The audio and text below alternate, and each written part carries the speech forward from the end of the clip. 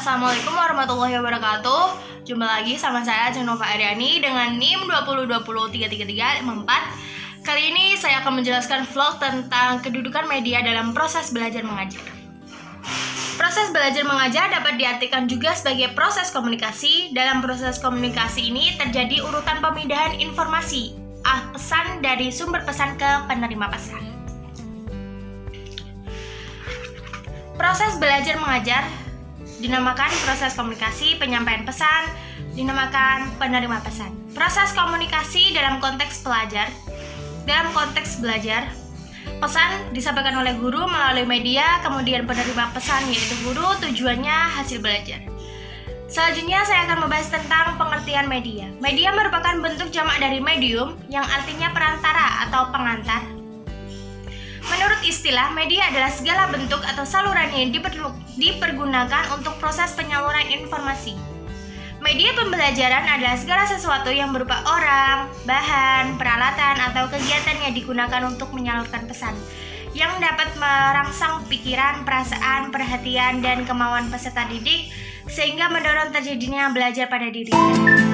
Fungsi media pembelajaran yang pertama yaitu menangkap suatu objek atau peristiwa tertentu, kemudian memanipulasi keadaan, peristiwa, atau objek tertentu. Selanjutnya, kesempatan belajar yang lebih merata dan pengajaran lebih berdasarkan nilai media pembelajaran. Yang pertama, media dapat mengatasi keterbatasan pengalaman yang dimiliki siswa. Media dapat mengatasi batas ruang kelas. Media dapat menghasilkan keseragaman pengamatan, serta media dapat memungkinkan terjadinya interaksi langsung antara peserta dengan lingkungan. Terakhir, media dapat mengontrol kecepatan belajar.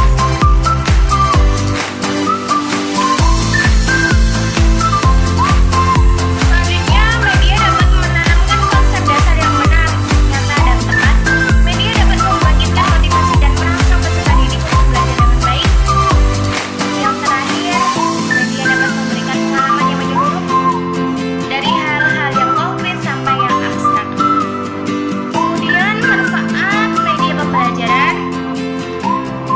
Pengajaran akan lebih menarik perhatian siswa, sehingga dapat menumbuhkan motivasi belajar atau pengajaran lebih produktif.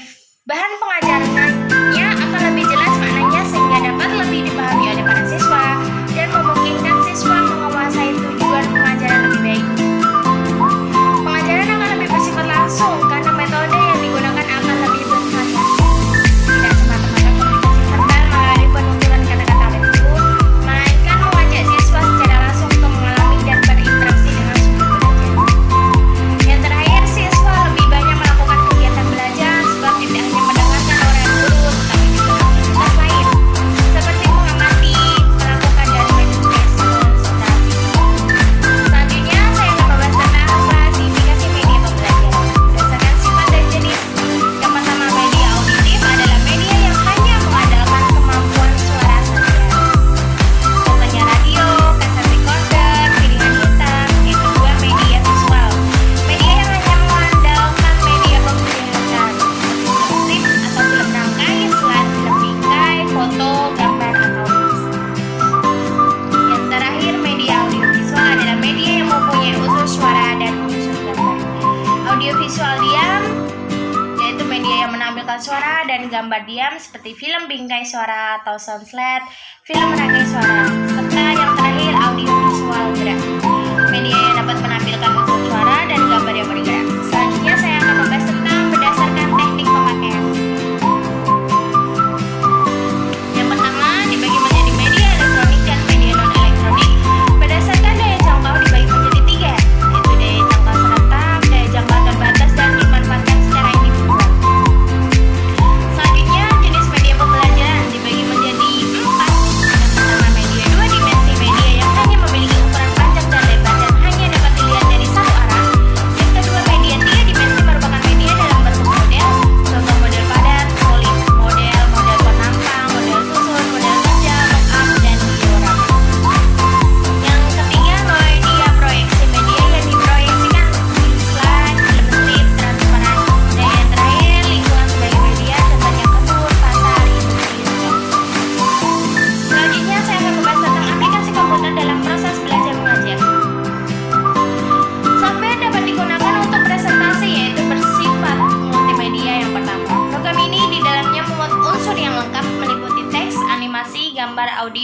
video atau film, baik sebagian atau dan gabungan dari simak khusus.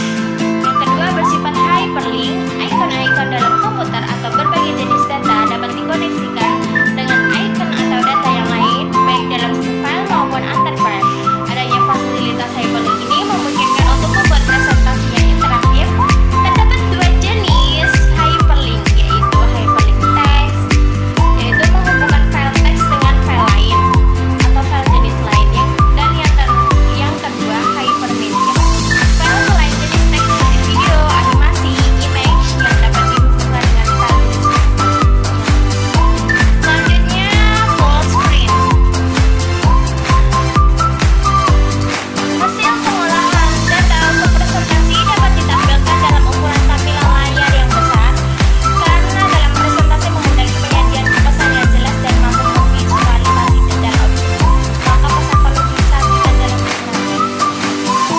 Selanjutnya saya akan membahas tentang media sebagai sumber belajar. Belajar mengajar adalah suatu proses yang mengolah sejumlah nilai untuk dikonsumsi oleh setiap anak didik. Nilai-nilai itu tidak datang dengan sendirinya, tetapi terambil dari berbagai sumber. Sumber belajar yang sesungguhnya banyak sekali, terdapat di mana-mana, di sekolah, di pusat kota, di pedesaan. Menurut Sari Keliru dan Mata Muda, Jamara SD dan Zain tahun 96. Mengelompokkan sumber-sumber belajar menjadi yang pertama manusia, yang kedua buku atau perpus, yang ketiga media massa, yang keempat alam lingkungan, yang terakhir media pendidikan. Selanjutnya prinsip-prinsip pemilihan media. Yang pertama tujuan pemilihan, karakteristik media pengajaran, dan alternatif pilihan. Selanjutnya membahas tentang prinsip-prinsip penggunaan media. Yang pertama menentukan jenis media dengan tepat. Yang kedua menetapkan atau memperhitungkan subjek dengan tepat. Yang ketiga menyajikan media dengan tepat, dan yang terakhir menempatkan atau memperlihatkan media pada waktu dan tempat yang tepat. Selanjutnya saya akan membahas tentang faktor-faktor pemilihan media pembelajaran. Yang pertama objektivitas, yang kedua program pengajaran, yang ketiga sasaran program, yang keempat situasi dan kondisi, yang kelima kualitas teknik, yang terakhir keefektifan dan efisiensi penggunaan.